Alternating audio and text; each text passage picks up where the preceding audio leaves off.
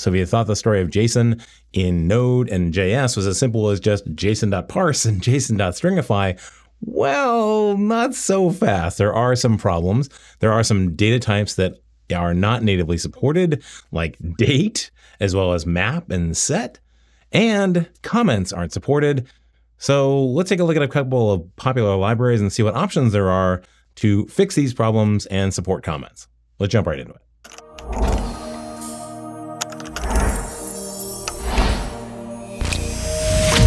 All right, so what you're seeing on the left-hand side is the code for a TANstack Start application that is going to help us test all these things out. And on the right-hand side is the actual running TANstack Start application. And of course, all this code is available to you for free in GitHub, and a link in the description right down below. Now, the way that this all works is that there are API endpoints on the server that we then use TANstack query to query from the client. And we get to see how that JSON goes from the server to the client.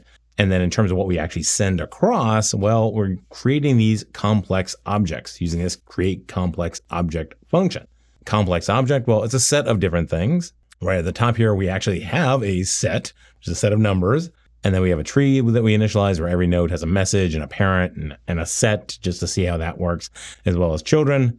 We also set the parent of the child in the tree back to the tree. So that gives you a circular reference.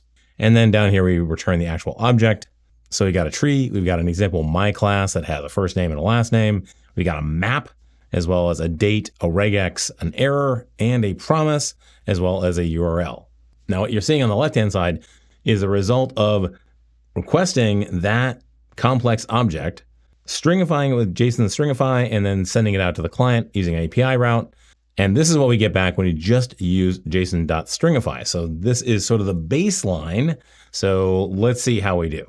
For the tree parts, we're looking for the messages. Those actually come through, but parent in this case is null because they're not circular references. So that reference maintenance of that circular reference is gone. The set, which we know had 1, 2, and 3, is just an empty object. That's not great.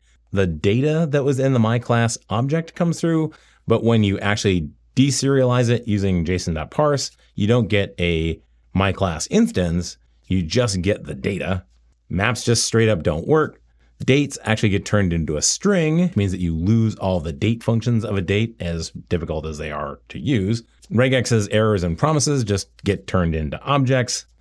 And then the URL, because it's got a toString function, gets turned into just another string, and again, loses all of those handy URL functions. So let's take a look at two different libraries that will maintain this data. The first is Superjson, so let's go take a look at that site.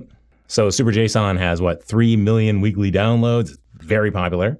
One of the nice things about it is it supports stringify and parse, just like JSON. So you can basically do a kind of plug and play replacement for JSON.parse and JSON.stringify. You can also add on the type if you're using TypeScript and get good type safety. So let's take a look at this in action.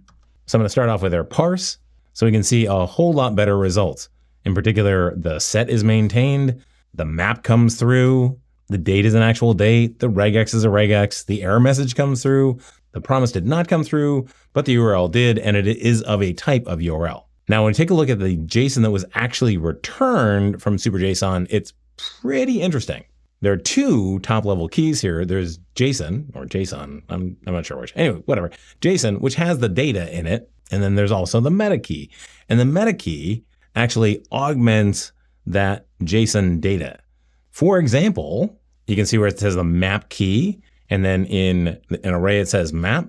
Well, that's saying that the actual type of that map key is a map. Same thing for date, same thing for regex. And so that's how, when you do the parse, it actually turns those objects back into their original types.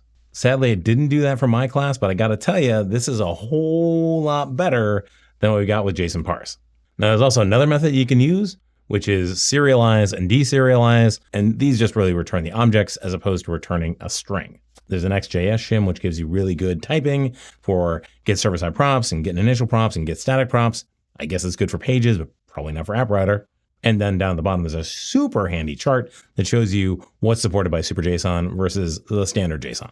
All right, option number 2 in this space is one called Seroval. This is used by Solid Start as well as now TANstack Start. So TANstack is going to use this for their server functions when they return JSON out of a server function. So here's the documentation on Seroval.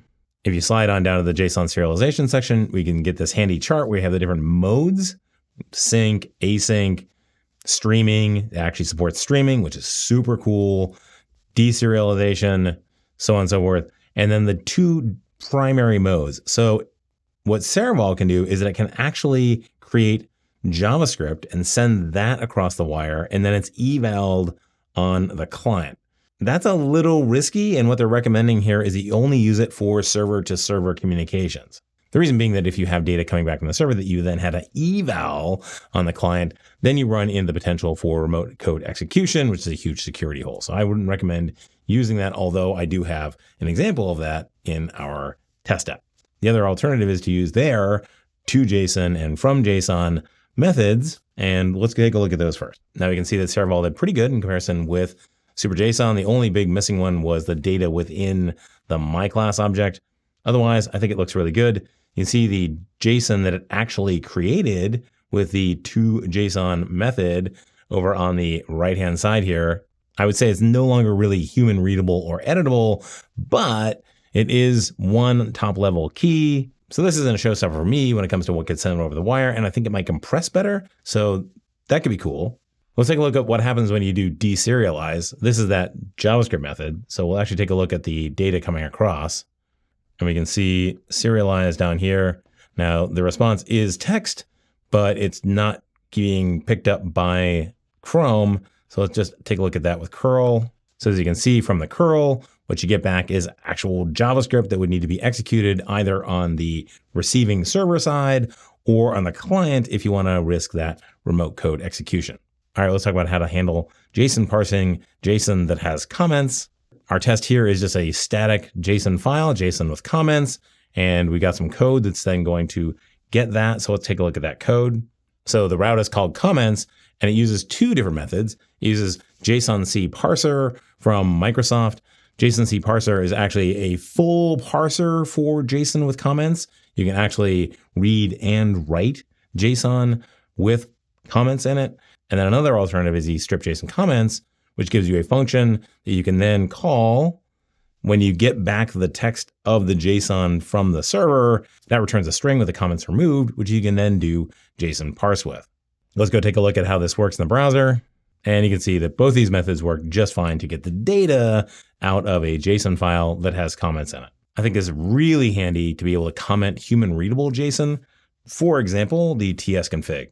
So as you can see, a standard tsconfig can have comments like bundler mode here and linting, totally acceptable. And that's because of that JSON comment supporting library.